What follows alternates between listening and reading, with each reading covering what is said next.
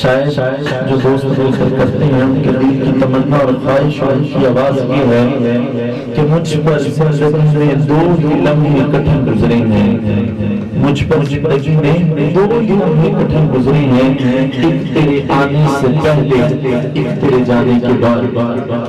آنے سے پہلے آپ کے لیے انتظام کرنا، جانے کے بعد افسوس کرنا کہ دوست آج چلے گئے۔ ایک تیرے آنے سے پہلے ایک تیرے جانے کے بعد۔ جب آپ یہاں ہوتے ہیں بڑی محبتیں تقسیم ہوتی ہیں، اور یہ کمرہ روزانہ کی چیزیں نہیں تقسیم کرتا ہے، ایک مخصوص وقت ہے، مخصوص ٹائم کے لیے آپ آتے ہیں تو بڑی محبت کے ساتھ جتنی دیر بھی یہاں بیٹھنا ہے بڑی محبت کے ساتھ آپ نے تشریف رکھنی ہے۔ اس کی وجہ کہ بعض دوستوں کو جلدی شاید ہوتی ہے کہ نماز کے لیے جانا ہے، تو ایسا نہیں ہے کہ ہم اس محفل میں آتے ہیں تو نماز چھوڑ دی جاتی ہے۔ گزشتہ محفل میں مجھے بعض جماعت نماز عشاء کسی جگہ پہ ادا کی، مگر میں محفل میں آنے کا مقصد ختم ہو جاتا ہے جب ہم نماز نہیں پڑھتے۔ وجہ یہ ہے کہ ازل سے تیرے عشق کا ترانہ بنی، نماز تیری دید کا ایک بہانہ بنی، نماز تیری دید کا ایک بہانہ بنی، اور تصویر یار نے اپنے دل میں سجا لیا، ادھر نظر جھکائی اور ادھر دیکھ لیا، ادھر نظر جھکائی اور ادھر دیکھ لیا۔ ہم تو سجدہ اس لیے کرتے ہیں، ہم تو سجدہ اس لیے کرتے ہیں کہ مصطفیٰ کریم علیہ السلام نظر سے دیکھا جائے۔ ہر مذہب کا ایک تقاضا گزشتہ محفل میں نے کہا تھا یہی ہے کہ اس کی عبادت کا سامنے ہونا چاہیے، لیکن حضور نے اپنی امت کو ایسا نظریہ دیا کہ تم اللہ کی عبادت ایسے کرو گویا تم خدا کو دیکھ رہے ہو۔ اگر نہیں ایسا تو یہ یقین ضرور رکھو کہ خدا تمہیں دیکھ رہا ہے۔ ایک استاد اپنے دو شاگردوں کو پاس بٹھایا اور باتیں کرنے لگے۔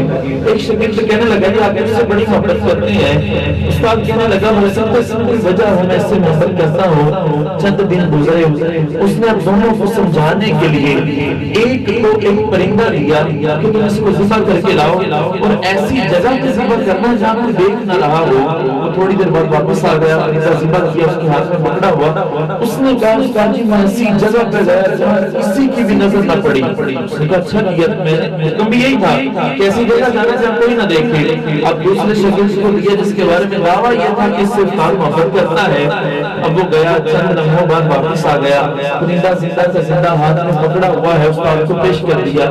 اس نے کہا مجھے ایسی کوئی جگہ نہ ملی جہاں کوئی نہ دیکھ رہا ہو۔ اس نے کہا کیسے؟ کہا میں جس کونے میں بھی گیا یقین یہی تھا میرا خدا دیکھ رہا ہے۔ تو یقین اپنے اندر پیدا کرنے کی ضرورت ہے کہ اگر ہم اللہ اور اس کے رسول سے محبت کرتے ہیں تو ہمارا یقین یہ ہے کہ اللہ اور اس کا رسول بھی ہم سے محبت کرتا ہے۔ محبت نام ہی عشق مصطفیٰ میں ڈوب جانے کا ہے، محبت نام عشق مصطفیٰ میں ڈوب جانے کا ہے۔ اقبال نے کہا تھا تیری معراج کے تو عرش تک پہنچا، میری معراج یہ کہ میں تیرے قدم تک پہنچا۔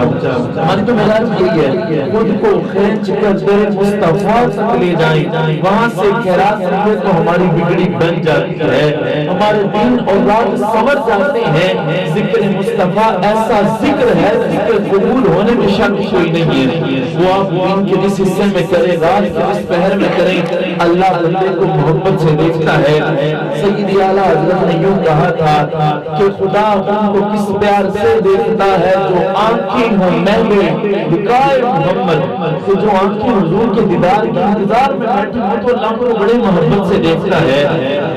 اور حضور کے لیے انسان سے اپنے دل میں تمنا اور محبت رکھ کے بیٹھا ہو، حضور سرور عالم علیہ السلام اپنے بندے کو کسی موقع پر تنہا نہیں چھوڑتے۔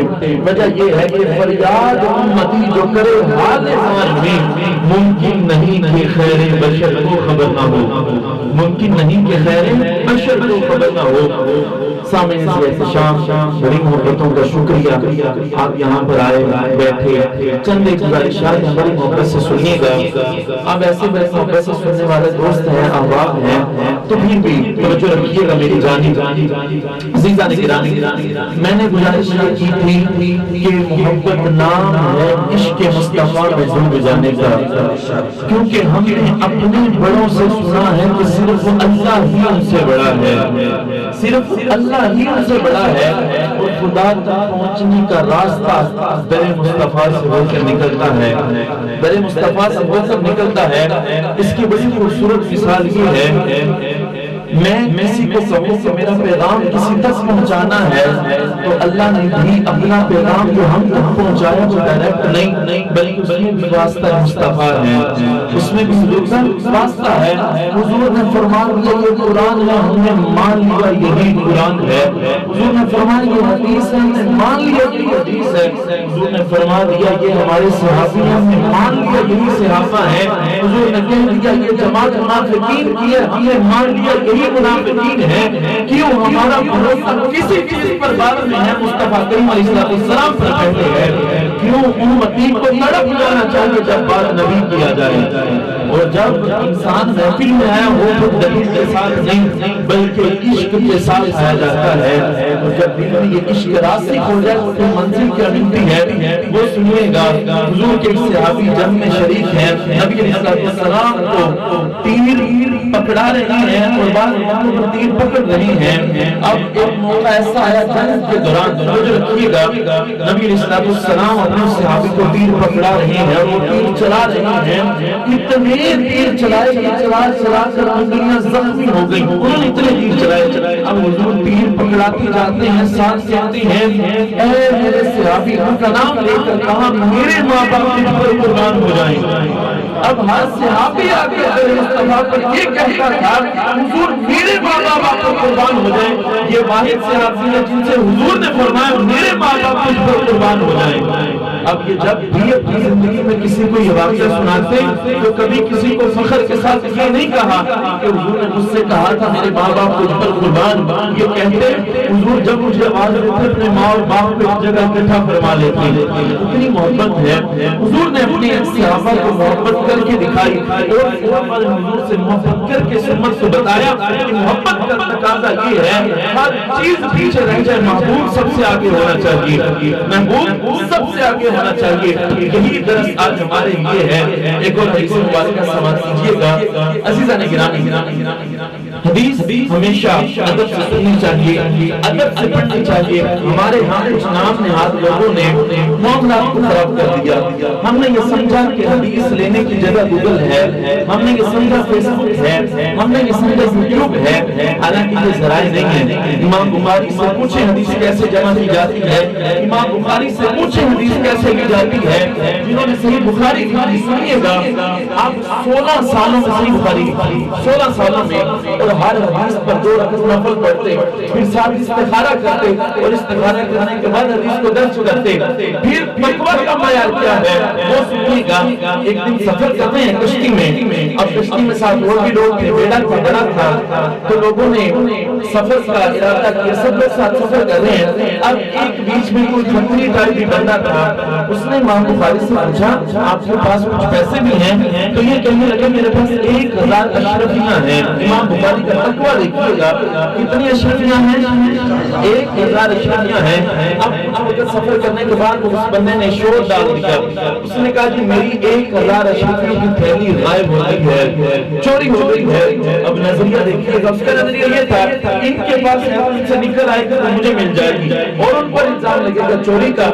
اب امام بخاری نے جب یہ شور سنا تو وہ 1000 اشرفیوں کی تھیلی دریا میں پھینک دی، دریا میں پھینک دی۔ سب کی تلاشی لی گئی، امام بخاری کی بھی لی گئی، نہیں نکلی۔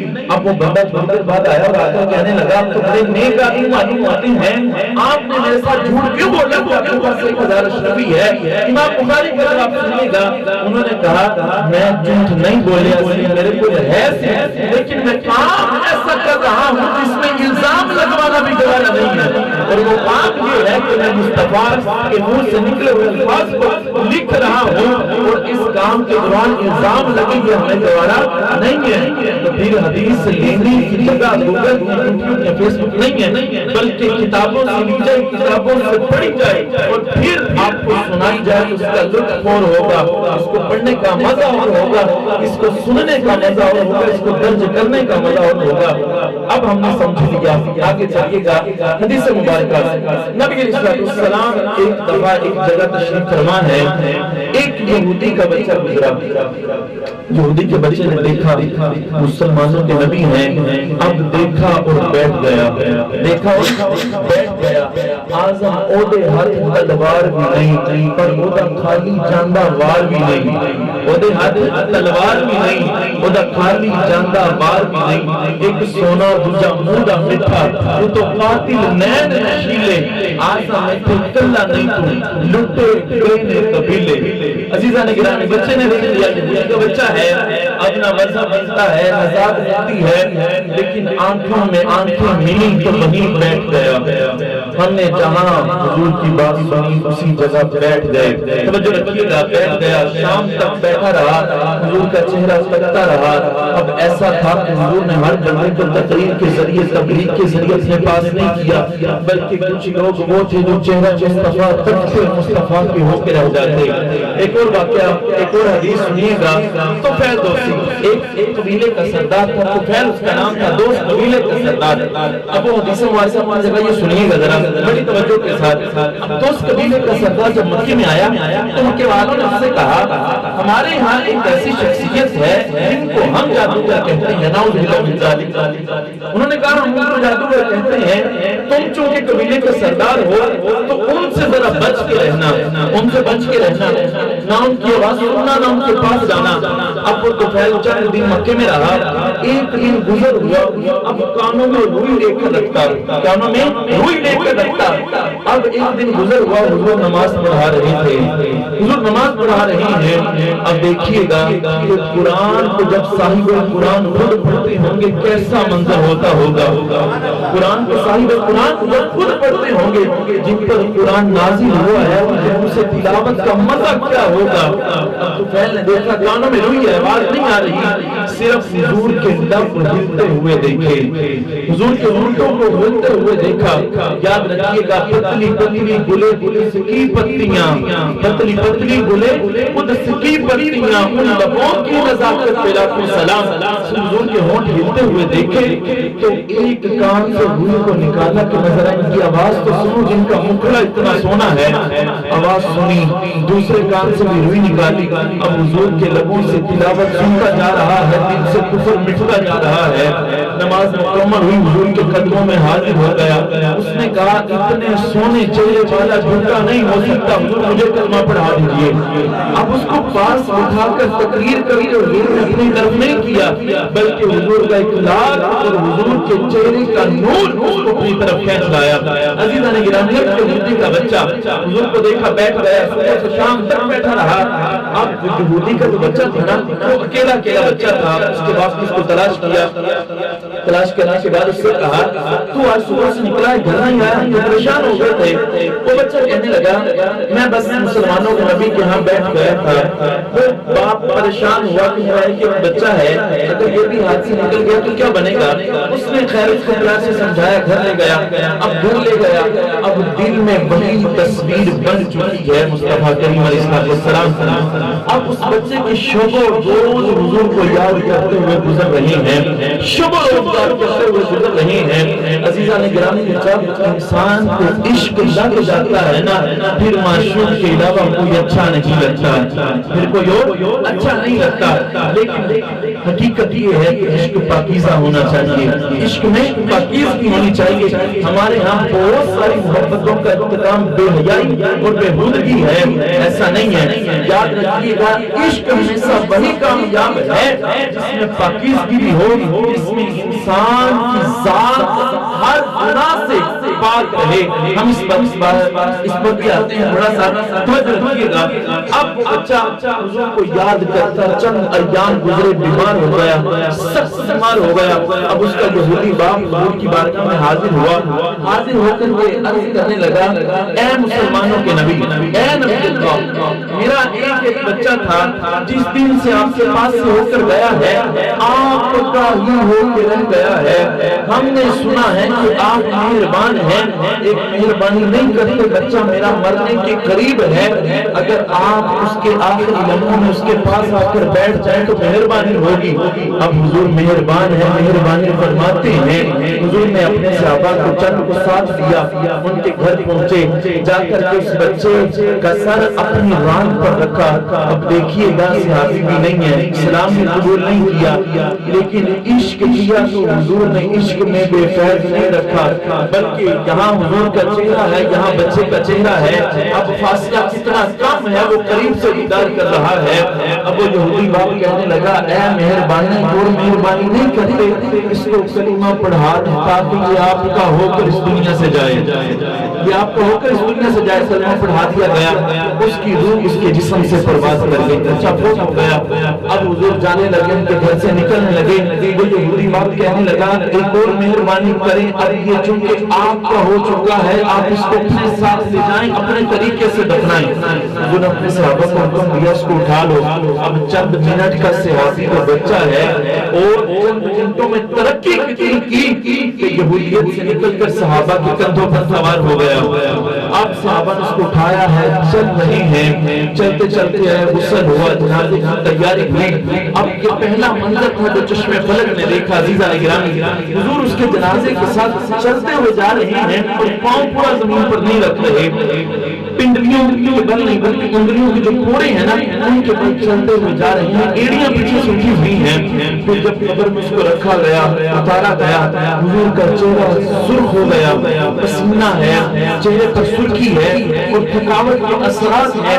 قبر سے باہر آئے حضور علیہ السلام، صحابہ نے کہا یا رسول اللہ منظر بڑا عجب تھا، کبھی آپ کسی جنازے کے ساتھ ایسے چل کر نہیں گئے، کبھی آپ کسی قبر سے ایسے باہر نہیں آئے، وجہ کیا تھی؟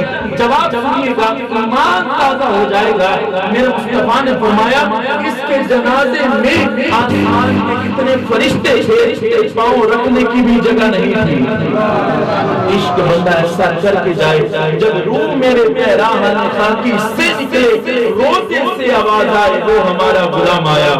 غلامی تو ایسی ہونی چاہیے، غلامی ایسی ہونی چاہیے۔ توجہ رکھیے گا، حضور نے فرمایا ہم اس کی قبر سے تھکاوٹ کے ساتھ اس لیے باہر آئے، اس کا چہرہ دیکھنے کے لیے جنت کی اتنی بری آئی تھی کہ ہم ان کو دور دور کر رہے تھے۔ عزیزان گرامی، عشق جب منازل طے کرتا ہے پھر انسان اس راستے پر چل پڑتا ہے، لیکن شرط یہ ہے عشق پاکیزہ ہونا چاہیے اور عشق اللہ اور اس کے رسول کا ہونا چاہیے۔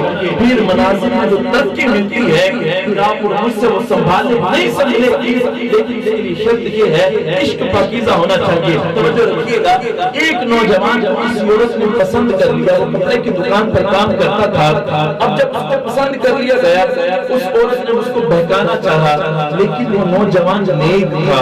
یاد رکھیے گا، کوئی بہکانا چاہے تو اور معاملہ ہے، انسان خود بہکنا چاہے تو اور معاملہ ہے۔ ہم نے ایک حدیث سے بیان کی، اس میں ایک بات بڑی توجہ سے سنیے گا، اللہ جس دن کسی چیز کا سایہ نہیں ہوگا، قیامت کے دن کسی چیز کا سایہ نہیں ہوگا، اللہ 7 لوگوں کو اپنے عرش کا سایہ نصیب فرمائے گا۔ 7 لوگوں کو، ان 7 میں سے ایک وہ شخص ہے جس کو کسی نے گناہ کی دعوت دی ہوگی اور وہ فقط خوف خدا کی وجہ سے دعوت میں شریک نہیں ہوا ہوگا۔ دعوت گناہ کی ہوگی کہ بدکاری کی جائے، لیکن دل میں خوف خدا پڑے گا تو نہیں جایا گیا ہوگا اس سے، تو اللہ اس کو اپنے عرش کا سایہ نصیب فرمائے گا۔ عزیزان گرامی، یاد رکھیے گا، خوف خدا بہت بڑی نعمت ہے، بہت بڑی نعمت ہے۔ اللہ ارشاد فرماتا ہے وَلِمَنْ خَافَ مَقَامَ رَبِّهِ جَنَّتَانِ، جو ہمارے حضور حاضر ہونے سے ڈر گیا، ہم ایک نہیں اس کو 2 جنتیں عطا فرمائیں گے۔ لوگوں کو ایک ملیں گی، خوف خدا رکھنے والے کو 2 جنتیں اللہ عطا فرمائے گا۔ اب توجہ کیجیے گا، اس نوجوان عورت نے بہکانا چاہا، اب اس نے بہانہ یہ کیا، کپڑے کی دکان پر وہ کام کرتا، اس کو کہا میں نے یہ جو کپڑے خریدے ہیں یہ اٹھا کر میرے گھر پہ چھوڑاؤ۔ اب وہ چھوڑنے کے لیے اس کے گھر کے لیے گیا، گھر پہنچے دونوں، لڑکا بھی خاتون بھی۔ اب جب اندر گئے تو عورت نے دروازہ بند کر لیا. اس نے اس کو کہا بڑا خوبصورت ہے, میں لہذا یہ چاہتی ہوں کہ ہم گناہ کریں. اس نوجوان نے کہا میں واش روم جانا چاہتا ہوں, میں حاجت کے لیے جانا چاہتا ہوں. توجہ رکھیے گا. اب وہ اندر گیا, اپنا پخانہ اپنے جسم پر مز دیا اس نے. جب باہر آیا تو عورت نے اس سے نفرت کا اظہار کیا. اس نے کہا کتنا گندا اندر ہے. اس نے کہا مجھ کو باہر کی گندگی منظور ہے, اس سے پہلے کہ میرا دل بھی گندا ہو جائے. دل کو پاکیزہ رکھنا بہت بڑی نعمت ہے. حضرت عمر فاروق کا دور ہے. ایک نوجوان نے گناہ کا ارادہ کیا, عورت کے قریب گیا. جب قریب گیا تو دل میں خیال آیا کہ تم نے رب کے حضور حاضر ہونا ہے تو یہ کیا کرنے لگا ہے. گشتاری کی بہوش ہوا گر گیا. خوف جب آ جائے پھر یہ ہوا کرتا ہے, گشتاری ہوئی گر گیا, ہوش آیا پھر بے ہوش ہو گیا, پھر ہوش آیا, پھر دل میں خیال آیا میں کیا کرنے لگا تھا. جب تیسری دفعہ بے ہوش ہوا تو اس کی روح اس کے جسم سے پرواز کر گئی. عزیزان گرامی فوت ہو گیا, قبر میں اتار دیا گیا. حضرت عمر فاروق اس کی قبر پر حاضر ہوئے. حاضر ہو کر اس نوجوان کو قبر میں آواز دی. اب قبر کا جو منظر ہے وہ مٹی کا ڈھیر نہیں ہے, بلکہ مومن کی قبر جنت کے باغوں میں سے ایک باغ ہے. مٹی کا ڈھیر نہیں ہے. قبر مومن کی ہو وہ مٹی کا ڈھیر نہیں بلکہ جنت کے باغوں میں سے ایک باغ ہوا کرتا ہے. حضرت عمر فاروق نے اس نوجوان کو آواز دی, اے نوجوان بتا تو نے رب کے وعدے کو کیسا پایا. رب کا وعدہ کیا تھا کہ جو ہمارے خوف میں اس دنیا سے گیا دو جنتیں دیں گے. اب قبر سے آواز آئی یا امیر المؤمنین, ہم نے اپنے رب کے وعدے کو بالکل سچا پایا. اللہ نے ہمیں دو جنتوں سے نواز دیا. ابھی محافل کا مقصد یہ فقط نہیں ہے ہم اپنے کانوں کو ٹھنڈا کریں, روح کو سکون پہنچائیں. یاد رکھیے گا دل کو خوف خدا سے پاک کر لینا, معطر کر لینا فی حقیقتی محافل کا مقصد ہے. ہم اتنا سفر کر کے آپ کے پاس آتے ہیں تقریر چمکانے کے لیے نہیں, بلکہ آپ کے دل چمکانے کے لیے. کیوں تقریر چمکانے کے لیے بہت ساری جگہیں ہیں. یہاں پر آنے کا مقصد یہ ہے کہ چمک سے پاتے ہیں سب پانے والے, میرا دل بھی چمکا دے چمکانے والے. چمک دینے والی ذات ذات مصطفیٰ ہے. ہم تو اس در سے خیرات لینے کے لیے آتے ہیں. جب اس در سے خیرات مل جائے, یاد رکھیے گا محفلیں بہت زیادہ ہوتی ہیں, بہت زیادہ محفلیں ہوتی ہیں, لیکن دل نہیں بدل رہے. نہ دل بدل رہے ہیں, نہ دین بدل رہے ہیں, نہ حالات بدل رہے ہیں, بلکہ یہ معاشرات بدل ایک خرابی کی طرف رواں دواں ہے. لیکن اگر ہم سب لوگ مل کر اس میں کوشش اور کاوش کریں گے عزیزان گرامی, ایک دن ضرور آئے گا ہمارا نوجوان بے غم کی بجائے ایک اچھے راستے پر ضرور چل پڑے گا. ہماری کوشش کرنے کے ساتھ یہ ہوگا انشاءاللہ جو نوجوانوں نے مل کر یہ پروگرام شروع کیا ہے ہم اس کو مزید ترقی دیں گے. یاد رکھیے گا کھانا روزانہ ہم کھاتے ہیں, کمائی کے لیے روزانہ کئی جگہوں پر جاتے ہیں, ہم کئی ڈیوٹیز کرتے ہیں, وہ سب کچھ ایک طرف, لیکن اس جگہ پر آ کر بیٹھنا اور اللہ اور اس کے رسول کا ذکر کرنا وہ ایک طرف. یاد رکھیے اللہ قرآن میں ارشاد فرماتا ہے, سورہ زلزال ہے, فرمایا بسم اللہ الرحمن الرحیم یوم یحدث اخبارها, فرمایا زمین کا ہر ٹکڑا گواہی دے گا جس بندے نے اس پر جو کچھ بھی کیا ہوا ہوگا. زمین کا ٹکڑا گواہی دے گا کہ بندوں نے اس پر جو کچھ بھی کیا ہوا ہوگا. اگر زمین کا ٹکڑا برائی پر گواہی دے گا تو زمین کا ٹکڑا اللہ اور اس کے رسول کا ذکر کرنے پر بھی گواہی دے گا کہ اللہ تیرے یہ بندے مجھ پر بیٹھ کر تیرا ذکر کرتے رہے ہیں. یاد رکھیے گا ایک دن حضور مسکرانے لگے, بڑی پیاری حدیث ہے, جب میں نے بڑا لطف آیا. ایک دن حضور بڑی مسکرانے لگے, صحابہ نے وجہ پوچھی یا رسول اللہ کیا وجہ ہے مسکرانے کی. حضور نے ارشاد فرمایا مجھے قیامت کے دن جو بندے اور اللہ کے درمیان گفتگو ہوگی وہ یاد آ گئی. اب لوگ کہتے ہیں حضور کو کیا پتا کہ کیا ہونا ہے کیا نہیں ہونا. ہمارا ایمان یہ ہے جو ہو چکا ہے جو ہوگا حضور جانتے ہیں, جو ہو چکا ہے جو ہوگا حضور جانتے ہیں. اب قیامت کب آئے گی اس کو معلوم. حضور نے فرمایا قیامت کا آنا نہ آنا بات کا معاملہ ہے, اللہ اس کے کے بندے کے درمیان جو گفتگو ہوگی ہمیں وہ بھی معلوم ہے کہ وہ گفتگو کیا ہوگی. حضور مسکرا رہے ہیں, صحابہ نے وجہ پوچھی, حضور نے فرمایا ہمیں وہ گفتگو یاد آ گئی. حضور نے فرمایا قیامت کے دن بندہ رب کو حاضر ہو کر کہے گا اے اللہ کریم آج میں اپنے خلاف کسی کی گواہی کو قبول نہیں کروں گا, آج میں اپنے خلاف کسی کی گواہی کو قبول نہیں کروں گا. اللہ شاید فرمائے گا کسی کی گواہی کی ضرورت ہی نہیں پڑے گی, کسی کی گواہی کی ضرورت ہی نہیں پڑے گی. فرمایا میری بھی گواہی کی ضرورت نہیں پڑے گی, بلکہ آج تیرے ہاتھ اور تیرے پیر خود بول کر بتائیں گے کہ تو نے کیا کیا ہے. تیرے ہاتھ اور پیر خود بتائیں گے کہ تو نے کیا کیا ہے. تیرے بولنے کی بھی ضرورت نہیں پڑے گی. پھر آج ہمارے ہاتھ کانپ نہیں جاتی جب ہم گناہ کی طرف جاتے ہیں, پاؤں درد نہیں جاتی جب گناہ کی طرف جاتے ہیں. لیکن یاد رکھیے گا گناہ کر کر کے دل شاید اتنے سخت کر دیا ہم نے کہ ہمیں گناہ ہی نہیں لگتا. کتنے سجدے شب و روز ضائع ہو جاتے ہیں, ہمیں کبھی پرواہ نہیں ہوئی. ہم کتنے دن نماز کے لیے نہیں جاتے جب پرواہ نہیں ہوئی, دل میں کبھی خوف بھی نہیں آیا. ہم اپنے والدین سے کس طریقے کی باتیں کر جاتے ہیں کبھی دل بھی نہیں لگتا. یاد رکھیے گا ماں اور بچے کے درمیان جو رشتہ ہے وہ دو طرفہ تعلق نہیں ہے, ایک طرفہ بھی نہیں ہے. ماں اور بچے کا تعلق ہر طرفہ ہے. حضور نے فرمایا اس معاشرے میں جس میں ماں کو بازار میں جا کر بیچایا کرتے تھے, حضور نے فرمایا جنت اللہ فرماتا ہے سجدہ سے منتہا کے پار ہے, لیکن ہم کہتے ہیں کہ جنت تمہاری ماں کے قدموں کے نیچے ہے. لیکن ہمارا محمود رستا ہے نہ الفاظ فرمود آتے ہیں, ہم اپنے ماں اور باپ سے کیسی باتیں کر جاتے ہیں. ایک حدیث مبارکہ اگر آپ کی اجازت ہو تو شکر نہیں کہ میں تو نہیں تھکا, میں تو آیا آپ کے لیے ہوں, پریشانی تو نہیں کہ میں نہیں سے جی حدیث مبارکہ. وجہ یہ ہے کہ ہم روزانہ اس طرح نہیں بیٹھتے ہیں, کلاسیں کبھی لگتی ہیں تو بچوں سے کچھ مل جائے تو بہار بھی بہار ہے. ہمارا تو کام ہی بولنا ہے.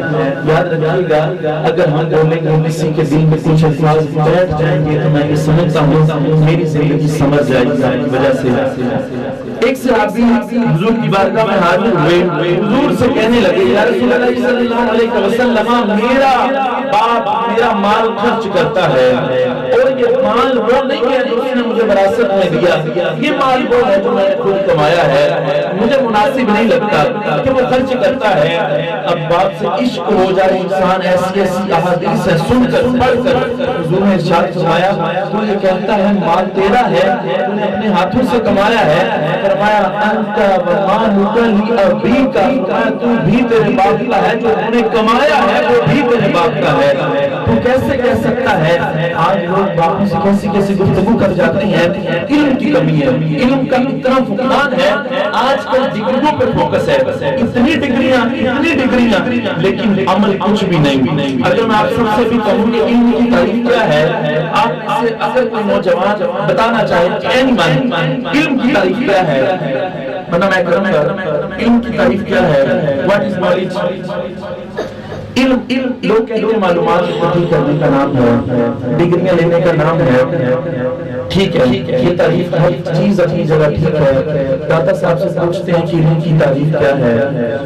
حضور دادا صاحب رحمۃ اللہ تعالیٰ فرماتے ہیں جہالت علم, فرمایا جہالت کا انسان کی زندگی سے نکل جانا علم ہے. جہالت کا اٹھ جانا علم ہے.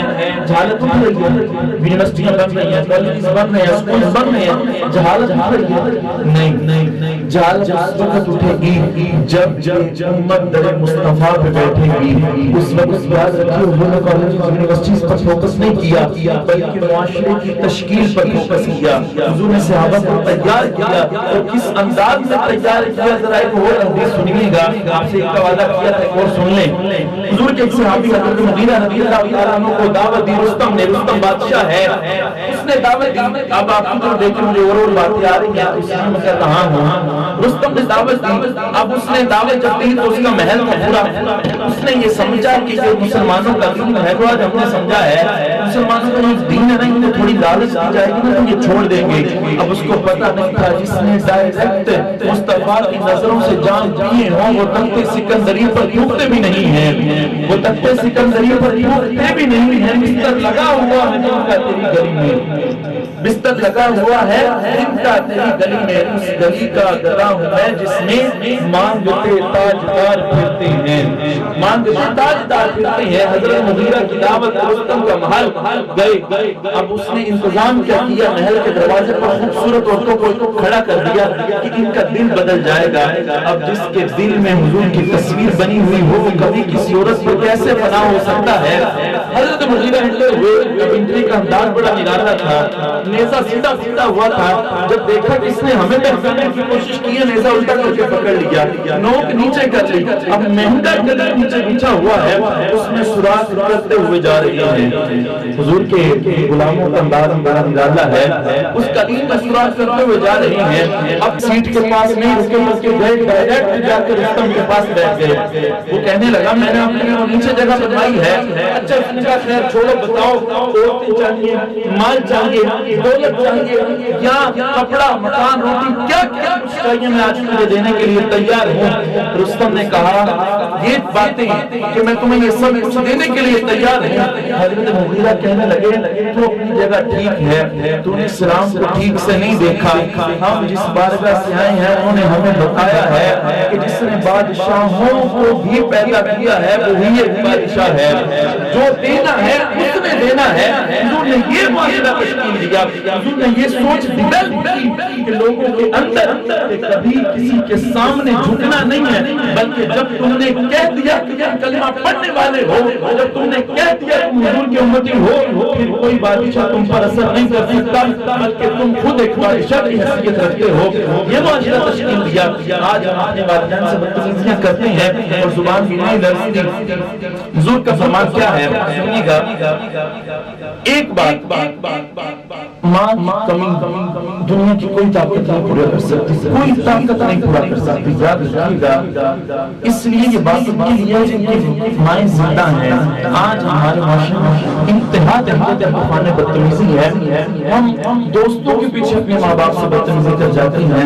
آج ہماری خود کی سوچ یہ ہے کہ معاشرے میں بہتری کو لایا جائے، ایک سوچ نوجوانوں میں ڈیولپ کی جائے جو حضور نے سوچ اور نظریہ ہمیں دیا ہے امتی ہونے کے لحاظ سے۔ ایک دن حضور بیٹھے ہیں، چشمان رحمت سے آنسوں کی لڑی جاری ہے، صحابہ نے عرض کیا یا رسول اللہ خیریت؟ رونے کی وجہ دریافت کی صحابہ نے، حضور نے فرمایا میرے صحابہ اللہ نے اسلام کو بڑا عروج دیا، اللہ نے اسلام کو بڑی ترقی دی، میں یہ سوچ رہا تھا کاش میں عشاء کی نماز پڑھا رہا ہوتا، کاش میں عشاء کی نماز پڑھا رہا ہوتا، سورہ فاتحہ کی تلاوت ہوتی، میری ماں مجھے آواز دیتی یا محمد، حضور نے فرمایا میں نماز چھوڑ کر اپنی ماں کے قدموں میں حاضر ہو جاتا۔ یہ سرور انبیاء کا فرمان ہے۔